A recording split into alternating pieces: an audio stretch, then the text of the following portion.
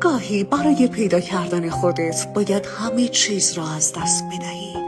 هرچه را که با ترس نگه داری روزی با درد از دست خواهی داد. درختی که از برگ‌های مرده‌اش دل نمی‌کند هرگز شکوفه نخواهد داد.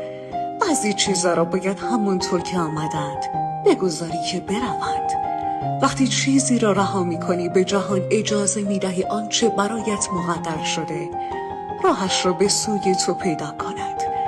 گاهی باید دستت را از قایقی که در حال غرق شدن است برداری تا خودت را نجات دهی. دلگیر نباش، بگذار آنچه قرار است برود. شاید این رفتن زیباترین آغاز تو باشد. اگر تقدیر او را از تو گرفت به آن اعتماد کن. شاید در ازای این نبودن چیزی عمیق‌تر درونت متولد شود.